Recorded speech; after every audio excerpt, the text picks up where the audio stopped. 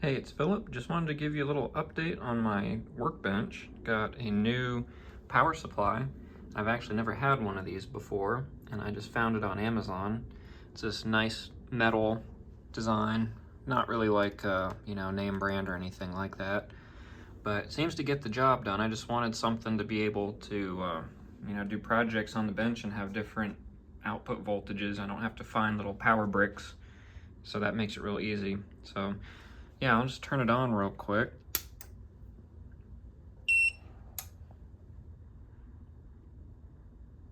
Yep, there we go. And then I actually went through the menu and found that you can disable the beeper. It has a really obnoxious beep every time you turn a dial or press a button. And it was driving me crazy. I couldn't do it. So got that shut off.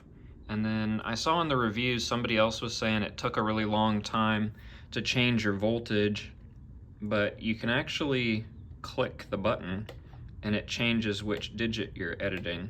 So yeah, it's gonna take forever having to scroll through doing it by the hundredth. So you can actually just change it to tenths or volts or every 10 volts. So you can go up and down like that. And it's really easy. You just click the button. So whatever you want to set it to, the current works the same way. You just turn it or you press the button and it changes what digit you're working on. And then one of the reasons I picked this model is because it has this output enable disable button.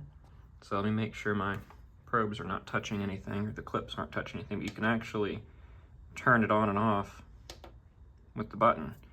So you don't have to worry about shorting something out or whatever. You can disable it and adjust your settings and turn it back on.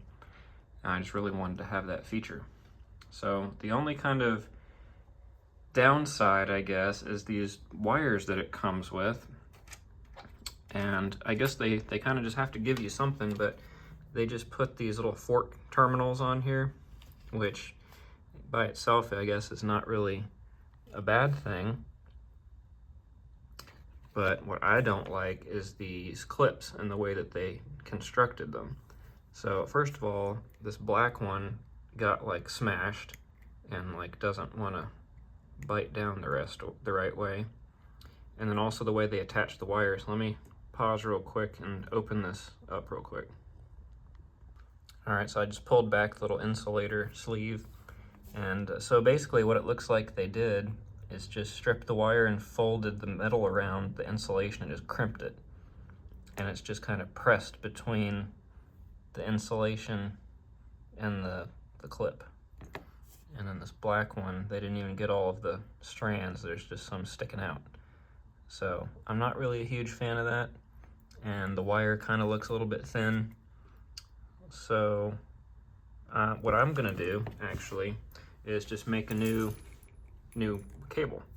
So I've got some like known quality copper wire, because that's the other thing too. I don't know what this is going to end up being, aluminum or copper coated aluminum. But this is actually 100% copper, 14 gauge. I've got some medium sized alligator clips and some banana plugs, so I can actually plug into the jacks where they go. I don't have to worry about the little fork things coming loose or something. These will just plug in. And I think, if I am correct, that these will fit in a multimeter also, so I could reuse these for other purposes. So I'm gonna go ahead and put these together and we'll kind of give this thing a test and we'll put a load on it and see how it works with the new cables. Yeah, I got this whole like variety pack of different types of clamp terminal things, alligator clips of different sizes off of Amazon. It was pretty cheap. This is like, I don't know what it said, like 40 pieces or something. It was like 10 bucks. So yeah, I've got these larger clips. So I'm gonna probably make a set of these too at some point, but I think the medium-sized alligator clips will be good for kind of general purpose. So what's nice is these banana clips, you just stick the wire in and you can just drop some solder in there. That's nice and secure. And then same thing for the alligator clips, you can clamp the insulation and then solder the wire on. So it should be a really nice, secure connection. So I'm gonna go do that real quick. I don't think we need to watch me do that, but I'll show you afterwards. So as I'm getting it stripped back, I just wanted to make sure everyone knows to put your caps and connectors and things on before you get your connectors on, because otherwise it's going to be hard to get it on after the fact. I've learned that lesson before. Yeah, I guess I need to get myself some of those little helping hand things, because this is my setup for trying to keep it in place. I've got it sitting on top of this set of wire cutters, strippers, because this is just like a neoprene mat. I probably shouldn't be soldering on that. It might melt a hole through it. So I guess I need to get some kind of mat and then also a little helping hand clip thing. All right, not maybe very pretty, but it's in there. It's very difficult keeping it steady and keeping the iron on it without it slipping off to the side. I really wish I had some way to clamp that down, but that's okay. This will work for now. If I need to, I can always redo it again at some other time. All right, I've got this prepped, so I think that's how you're supposed to do it, kind of clamp the insulation and then dump some solder onto the wire. So I'm gonna do that real quick. We'll see how it comes out. Okay, well that didn't work at all. This thing's just flopping all over the place and I can't hold it still, and then it melted the insulation. So I'm gonna end up having to probably put this project on hold until I have the tools that I need to get it done the right way, because I'm not happy with the way either end of this worked out. So we're just gonna probably stop here, and I'm gonna go have to order one of those little helping hand things, and hopefully that will help me keep this still long enough that I can flow some solder onto it without the whole thing slipping and sliding away. But anyway, I think the general premise is a good idea, and I think it's gonna come out well. I'm gonna have to kind of redo this a little bit.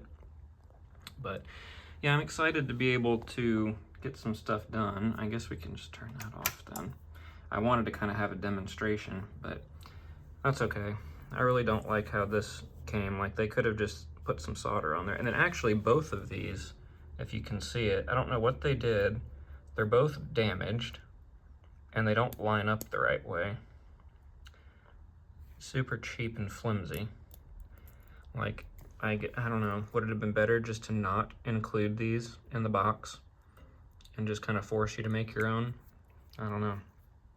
So that's kind of where we're at. But yeah, and also it doesn't help that I don't know where this came from, but this is all I have, is this real teeny tiny thin stuff that I'll have to just keep feeding tons of it in there to get enough in to have the volume. It just kind of makes it difficult.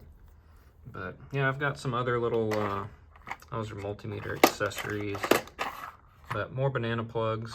So I want to try to make something where I can have some clips that will fit into the multimeter. So actually I can kind of test that. I think they're not going to be shrouded, but I think these fit in here. Yeah, they do. So this just must be a standard size. So what I actually would like to do is, after I get done doing the power supply cables, I'm going to do a few more that have different size clips on it from this bag. Not these giant ones, but probably some of these kind of flat-nosed ones, and then the regular size and also the medium size. So I'll end up with two different cables with the medium size, because that's what I'm using for this, because there's actually one size smaller than that I could have used. And yeah, it just kept moving around so much on me in the middle of it. That's not going to work. I'm going to have to cut that off and do it again. But anyway, so that's kind of where we're at on that. Got my, if you haven't seen, the Fluke 28 Series 2 is my nice meter. And then I'm testing out, like, just trying to see, I think I'm going to do another video on this in the future, but these little cheap one from Amazon, little $5 thing, if I don't need something super accurate, because sometimes you need like 2 or 3 meters on the bench depending on what you're working on, and it makes it hard to keep moving around back and forth if you're trying to monitor more than one thing at a time. But anyway, yeah, just working on trying to improve my little workbench setup over here, getting some more little projects done, gonna get some little kits to build, and little experimental things to do. I've got my drawer of LEDs and resistors I'm playing with also. Anyway, that's it for now. I guess this didn't really turn out the way I wanted, but I'll do a follow-up video when I'm better prepared to get this done. Well, hope you enjoyed. See you next time.